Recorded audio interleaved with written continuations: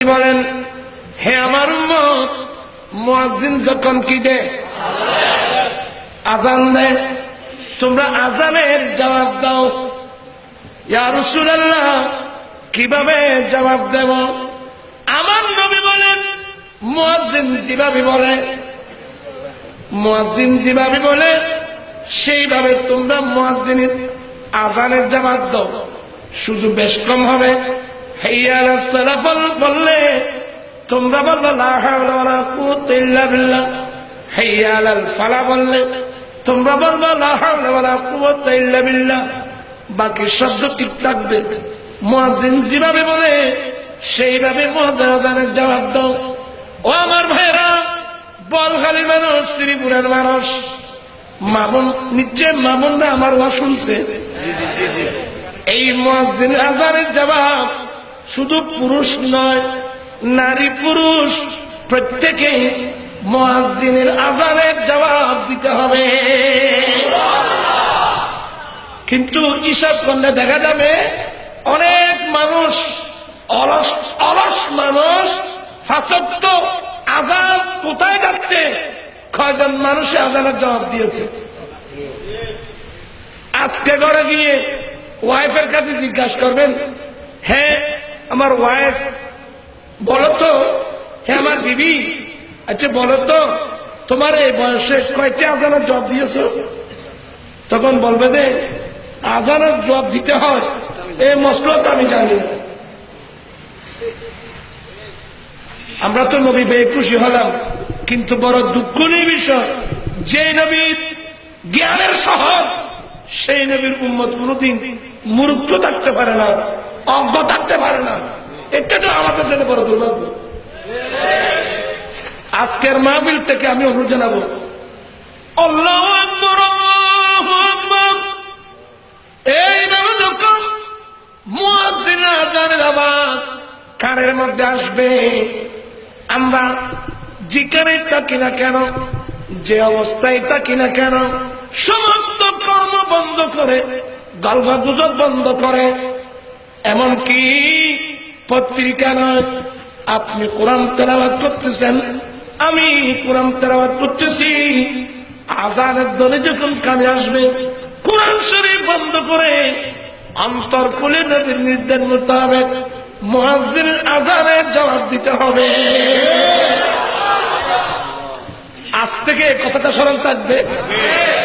বেশি ওয়াজ লাগবে না, ওয়াজ এটা ওয়াজ দিতে একটা একটা ওয়াজ আমল করে জীবন সার্থক হবে, মিলাদুন নবীর সার্থক হবে।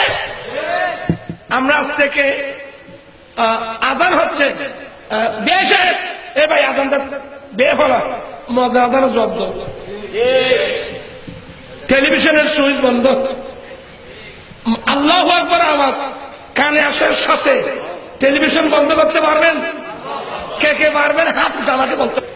বাবুনদেরকে বলছি, আল্লাহু আকবার আওয়াজ কানে আসার সাথে প্রত্যেক মুসলমান ইমানি দায়িত্ব, টেলিভিশনের সুইচ বন্ধ করে একেবারে ভদ্রতার সাথে বসে খান অন্তর আযান শোনা, আযান মুহাব্বতের সাথে আযান শ্রবণ করা এবং মুহাব্বতের সাথে আযানের জবাব দেওয়া।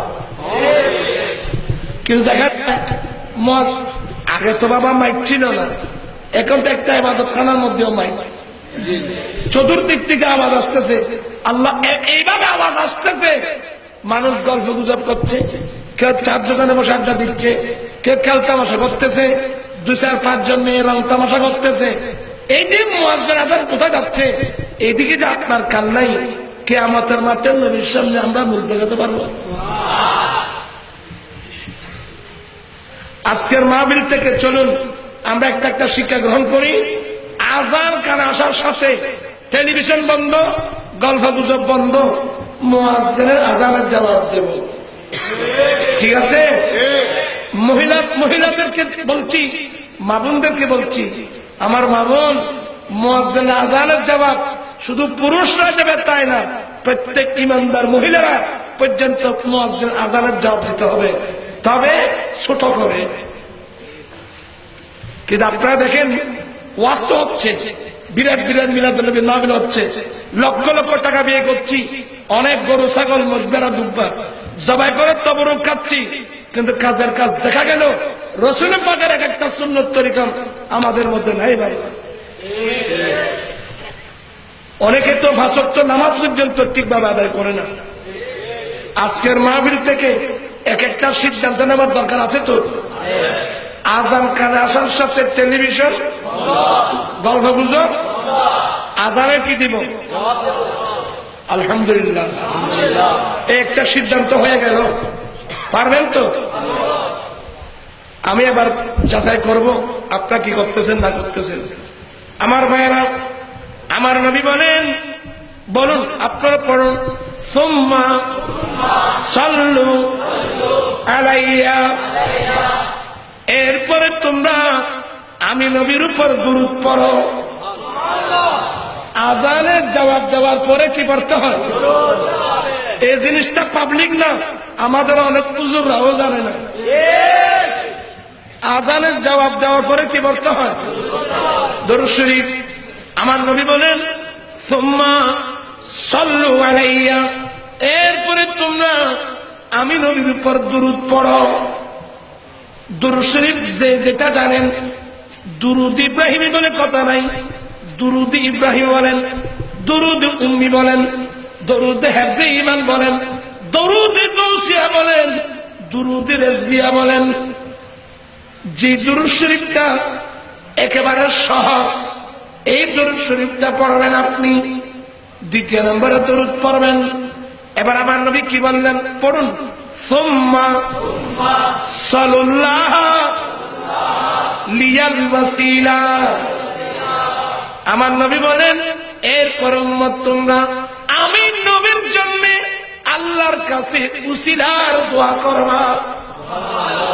তৃতীয় নম্বরে তোমরা আমি নবীর জন্য উসিলার দোয়া করবা।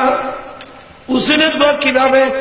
আল্লাহুম্মা রাব্বা হাযিহি দাওয়াতি তাম্মা ওয়াস সালাতিল কাইমা আতি সাইয়্যিদিনা মুহাম্মাদিনিল ওয়াসিলা ওয়াল ফাদিলা ওয়াদ দারাজাতার রাফিয়া ওয়াবাসহু মাকামাম মাহমুদানিল্লাযী ওয়াক্তা ওয়া'আতা ওয়ারযুকনা শাফাআতাহু ইয়াওমাল কিয়ামা ইন্নাকা লা তুখলিফুল মিআদ। এই উসিলার দোয়া যারা করবে, এবার আমার মাহবুব নবী নবুয়তের জবানে ঘোষণা দিলেন, ওয়াজাবাত লাহু শাফাআতি ইয়াওমাল কিয়ামা। এই উম্মতের জন্য কিয়ামতের কঠিন দিনে সুপারিশ করা আমি নবীর উপর ওয়াজিব হয়ে গেছে। নবী আর শিখিয়ে দিয়ে দে, ও এর ভিতরে আছে ওয়াবাআসু মাকামাম মাহমুদানিল্লাযী ওয়া'আতা। আল্লাহ তুমি তোমার নবীকে সেই প্রশংসিত স্থানে দণ্ডায়মান করো, পাঠাও যেখানে পাঠাবার ওয়াদা তুমি দিয়েছ। আল্লাহ তুমি তোমার নবীর ওয়াদা দিয়েছো না? তুমি তোমার নবীর সাথে ওয়াদা দিয়েছো কি?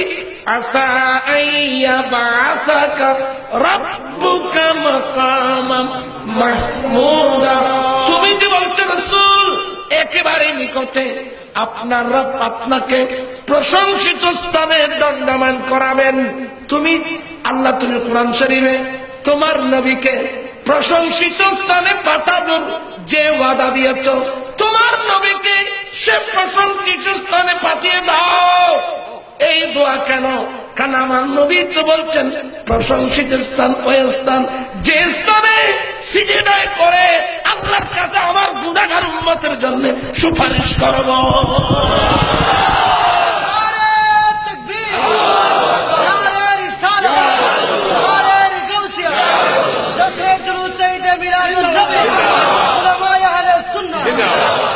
এই শাফাত যদি আমরা পেতে চাই কি চাই না? ইয়া আল্লাহ চাই মানে হুজুর, তাহলে প্রত্যেক আযানের জবাব দিতে হবে কিনা? দরুদ শরীফ পড়তে হবে কিনা? দোয়া করতে হবে কিনা? এরপরে উযু না থাকলে উযু বানিয়ে আমাদেরকে চলে যেতে হবে আল্লাহর ঘর মসজিদে। ঠিক কিনা ভাইয়েরা আমার? মহিলারা ঘরে নামাজ, আমি অত্যন্ত বিনয়ের সাথে অনুরোধ জানাবো, আজকে আমাদের জন্য দুঃখের বিষয়, আজকে অনেক মানুষ ইবেরারা সিরিঞ্জে ভাষা খোঁজে হয়তোবা জানলাই নাই ইতালাই মেসেজে বাড়িতে নাই নবী আসছে যেন এটা সোয়াবর মেদান চলে, সোয়াবর মেদান চলে। আমার জীবন মরণ সাজাবো মাদানি রঙে, আমার জীবন মরণ সাজাবো মাদানি রঙে, সেই রঙে রঙিন হলে আল্লাহ রাসূল থাকবি আমার সঙ্গে, আমার